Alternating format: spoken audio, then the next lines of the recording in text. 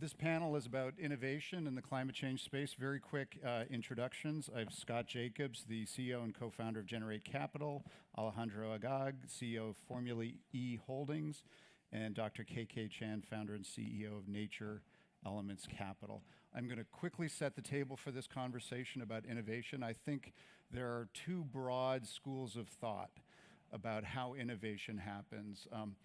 One school of thought may be best summed up by what Jeb Bush said during one of the debates early on in the presidential campaign, where a question came up about climate change, and his quote was that he said that someone in a garage somewhere is going to come up with the answer. At the other extreme, I think there are some people, and there's reasons to think this, believe that innovation is going to come from big companies that have billion-dollar budgets to spend on R&D. So I think those are the two extremes of the spectrum. The gentlemen on the stage here are on the front lines and can give us a more detailed report of what's actually happening. Because not everybody knows precisely what your companies do, can you start just by each taking 10 words to describe your company and then give us some quick insights on what innovation means to you? So Generate Capital is a company about 2 years old, and we were founded to solve a critical gap in the market, which is to build, own, and operate the digitized, decentralized, decarbonized resource systems or infrastructure that we've been hearing about all day. There's plenty of money, as we all know, for large-scale infrastructure projects, and we have a number of the prominent investors here. But to actually aggregate small-scale projects, which is really the driving force for sustainable infrastructure, you have to figure out a different business model to go after that, and that's what Generate Capital does. Mm-hmm. In terms of innovation, I come from Silicon Valley, so it may surprise people to hear that we fundamentally believe that the energy systems are not a matter of invention, but one of infrastructure. And it's always dangerous to paint with a broad brush. I know I just used one. But it's very important to realize in the value chains of energy systems where the value is created. And very rarely is it actually in technologies or revolutionary innovations. What we see happening in solar and wind and other places is very much industrial technologies. So it's truly is innovation, but it's recombinant, incremental innovation that's driving the cost trajectory down and the competitiveness of these solutions. It's not some whiz-bang thing that gets invented in a garage, right. And we still remain skeptical that because of the timescales and the capital costs that's the answer. Right. Alejandro. Well, hello everyone. I'm the founder of Formula E. Formula E is the first global electric racing car championship. We started 2 years ago. We race in 10 cities all around the world. We race in the heart of the cities, Hong Kong, New York, Paris, Berlin. And we want to basically change the perception of electric cars and improve the technology of electric cars that then trickles down to the cars that every one of you is going to use hopefully today or for sure in a few years. Mm-hmm. So that's the target of Formula E. And in terms of innovation, we want to be the place where all these cool new technologies are showcased. Electric goes without saying. Electric is going to happen, and every new thing is electric. Apple, maybe there were talks they were going to do a car. Nobody discussed it was going to be electric. Mm-hmm. But now we're into driverless. Now we are into even flying cars. I went to see one the other day. Wasn't flying yet, but getting there. And it's also electric. Right. So basically, that's Formula E is the place where all those things are going to happen. Mm-hmm. And so when you think about innovation and how do we solve the climate change problem, what is your Well, I think what you were saying about the garage or the large corporations, I think everyone has a responsibility. Two kinds of people could have created Formula E. Either people from motorsport or people like, like green people. They're not green, but you get what I mean.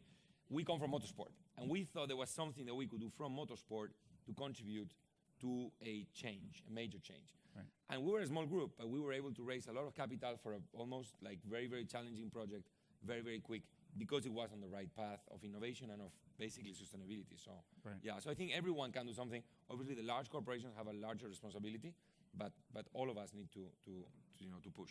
Right. KK, please introduce yourself. Well, Alejandro thanks for your Formula E event in Hong Kong. That was a huge success. We all He means the one in Hong Kong. We were 2 weeks ago. In Hong Yeah, Kong, so it's where he great lives. one. Thank you. Sorry you didn't get a ticket. Next year I give you. Yeah, I will call you next time. It's too oversold, so you can't really get a ticket. Right. So that's just to tell you how good it is. I'm KK Chen. My company is Nature Elements Capital. We are, in a nutshell, a private equity fund management company, focusing mainly on the renewable energy and clean tech investment in Asia. We are 8 years old now, approaching 9 years old now. We have been making investment for the last couple of years, enjoying quite a lot in terms of equity IRR, 25% on average. But like many things else, we are seeing market like China has been slowing down, margins being squeezed, and in a nutshell, they don't need us. They don't need our money. They have their own capability and expertise. So we are moving around to Southeast Asia, for example, Indonesia and Myanmar. But however, I believe in the next 5, 10 years' time, same thing will happen. So obviously, as an ex-scientist, I believe in technology. So we are now also, in addition to what we have been doing, we're also going up the technology curve. Whether it's a garage thing, whether it's a big company R&D, I think that people have different roles to play.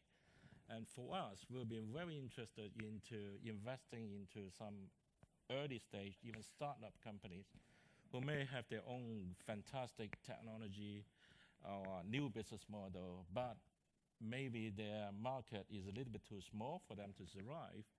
So we could bring these guys to the Asian market, at the same time bring the Asian capital to these guys. So we've been trying to be very active in Scandinavian market, particularly in Finland and Stockholm, and potentially Norway and others, because these guys have great creativity and innovation. And I was there a few months ago when suddenly Tencent announced that they are going to acquire a company by the name of Supercell, paying $8.6 billion. My first reaction was, oh, what kind of company is it? Is it a battery company? Is it a biotech company? No, it's a gaming company, my friend, Right. a Finnish company. Right. And so just to illustrate the point that I think that technology is something that could drive the energy forward. Whether it's from a big company, whether it's from garage, I don't really care. Right? So Yeah. that's how I see it. So you mentioned Silicon Valley, Scott. How do we get the best and brightest in the country focusing on this space? I mean, if you start talking about infrastructure and utilities, maybe it's not the sexiest topic these days. So if you were speaking to a group of, new MBA grads about the opportunity, how do you get people excited about this? How do we make this cool? I think, I do a lot of work with younger people in our industry, and they all actually come to us and they say, how do we get involved? Because there's a real interest among younger demographics in making their life be about something they believe in. And so I don't actually have to do a whole lot of convincing. What I do say to some people, obviously, is what do you want your life to be about? Similar to how I transitioned from actually a much more traditional Silicon Valley space of software entrepreneurship to energy and resources about 10 years ago, for me it was about how am I going to spend my time on this planet, and is it going to be spent on one of the issues that defines our time on the planet? And energy is certainly one of them, if not the top of the list, it's certainly top 3, especially as you think about climate change. So I think that we actually are really blessed with the fact that millennials and younger demographics are really looking for that balance of impact as well as professional development that is really uniquely available in this space. And broadly speaking, it's sustainable energy, it's sustainable food systems, it's sustainable water systems. They're all very much related. And we do have a lot of talent coming into it. It's not the sexiest thing, and hopefully they aren't seduced by selling ads online, which is what most of the folks in Silicon Valley are doing today. And I don't think that's how, if you reflect on your life, you will necessarily think you were working at the highest and best use of your potential. Right. That's great. Alejandro, you've figured out a way to make green cool. So Well, we try. It's not so easy. And particularly for us, the target is, you were speaking about millennials and even younger than millennials. Our races are full of kids, and we really encourage people to bring children to the races. First, because the noise is a lot less than in Formula One or other races, but also because they are the ones that are going to have to live in the world, and they're the ones who are going to have to buy electric cars when they turn 18. How you get to them? Well, you have to try, but what excites them is not so much, when they're 5 or 6 or 7, not that much the environment. When they're 15, 18, yes, but then when they're 5, actually they're really crazy for technology. So for example, we're organizing this race of robots. So driverless cars that are going to go incredibly fast, and where the only thing that changes is the algorithm. The car is the same, but the algorithm is different, the brain is different. That fascinates children. We have these robots, and they go and they touch them, and they don't believe. I mean, it's really, or we do these crazy videos. I mean, we hired this stunt actor, and then a car came full speed, and the guy just jumped in the air and did a flip, and the car went under him. And we are over 10 million views on those kind of videos, and that mainly is children watching those videos. Or we took a car this summer to the ice cap in the Arctic, and we raced the car on the Arctic, and we put out this video on YouTube. We're over 5 million views on that. So all these things can make electric cars, just the concept of electric in general, a lot more cool for the kids than if you just speak to them about sustainability. So we try to kind of like use those channels. Right, because I think when people think about climate change, not this audience, but just the average person, they may have 3 buckets in their brain. There's the need to think about it, there's the should think about it, and there's the want to think about it. And I think for a lot of people, it's like, I should think about climate change, but I don't want to. But you're trying to give them something where they go, I want to think about it. The problem of climate change, apart from being a huge problem, is that it's not so immediate. It's not there tomorrow. So people don't feel the need to act immediately about it. But people like technology, people like cool things, people like to get excited about that. And if at the same time they're doing something good for climate change, even better. We've been, and it's wrong for me probably to say, but we've been incredibly successful attracting corporate sponsors. Because corporate sponsors today, like Peter Brabeck was saying before, and Peter Brabeck was chairman of Formula One until 1 month ago, they want to support now sustainable things. That's all part of the same movement. No? So everybody can do something, but climate change is perceived as too far. It's not too far. I was in the Arctic with the car, and the whole thing is melting like an ice cream. But yeah. Yeah. And KK, give us more of an insight. What's happening on the front lines? You're in Asia, you're seeing these companies, you're seeing the entrepreneurs. Just give us more of a flavor of what they're working on, what's driving them. Well, as I said, energy is still scarcity, particularly in terms of electricity supply. In certain countries in Asia, like Myanmar, Indonesia, and other Southeast Asian countries. So there are a lot of people still interested in putting money into those infrastructure, which is good. But as I said, the problem is that some of them are too advanced than the others. Some of them are too slow compared with the others. So it's really like a fragmented market, if you like, different characteristics, different risk return. So we're seeing a lot of investors going into those markets, but their expectation of return has been much lower than before. But how are you going to compete against other guys, particularly local guys who don't really think there is any risk? But if you're wearing the hat of the Western-style investor, going there and looking at all the risk mitigants, sorry, you're out of the game. Right. So that gives us some, opportunities, if you like, to sort of move around nicely. We don't do big deals. Every big deal is not suitable for us. Big deals, in my opinion, poor return. Small deals, better return. So how many small deals you can do? Probably for the next 5 years, you can still do that. But after that, people learn how to do things in this particular country. Sorry, rooms are too closed, too crowded, and you are not there. Right. That's why I think the technology is very important. In the old days, people are satisfied with whatever technologies that you are bringing in, so long as it works. But now they look at better things, they look at more cooler things, just satisfying the basic demand, as like, for example, 5, 10 years ago in China. It's not going to meet with what the market there looks at. That's why I'm very interested in looking at the upper curve of the technology and try to see how we can help those people in the garage, not the big companies, to make their business case stronger. When I was touring around in Finland, people often reading the news of the Tencent. Obvious question is that, hey, KK, you know Tencent? Yeah, I know. Oh, could you introduce us? Yeah, I can. But the next question that they didn't even know how to ask is, there are probably hundreds of other people smaller than Tencent, but they can equally pay $8.6 billion. So that triggers my thinkings about setting up what I call a booster center which is an extended version or upgraded version of many other incubators over there. But after the incubation, what's next? So I become an investor stroke service provider and help these guys to make them do business rather than listening to the teachers or the mentor in the classroom. So hopefully it gives these people a better chance of survival. And that really interests me. That's great. Questions from the audience? I've got more.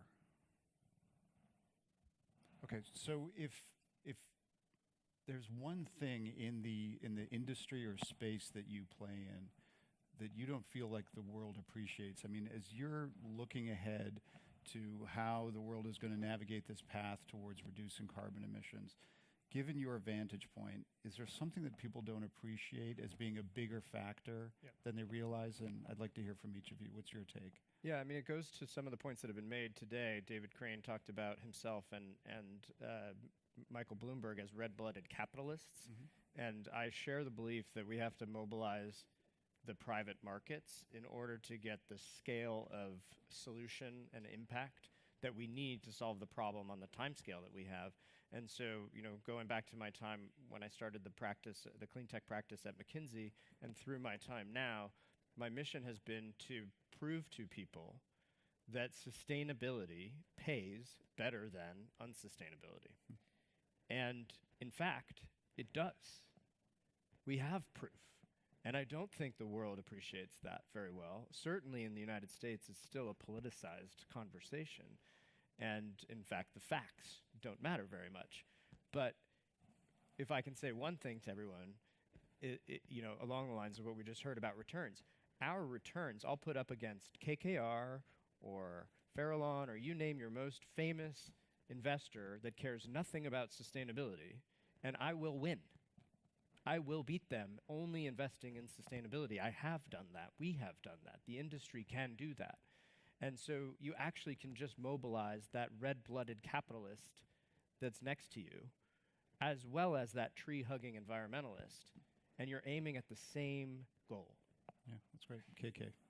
Echo very well with what you just said. As some previous speakers, I think it's the speaker from BlackRock, talking about, relatively speaking, whether sustainability has better return than the non-sustainability. Sadly, in Asia, also the case. I mean, those people putting money into renewable energy plays, even funds and all this, hey, you know, they're losing money. That hurts a lot of people's feeling. Oh, you're a clean tech guy.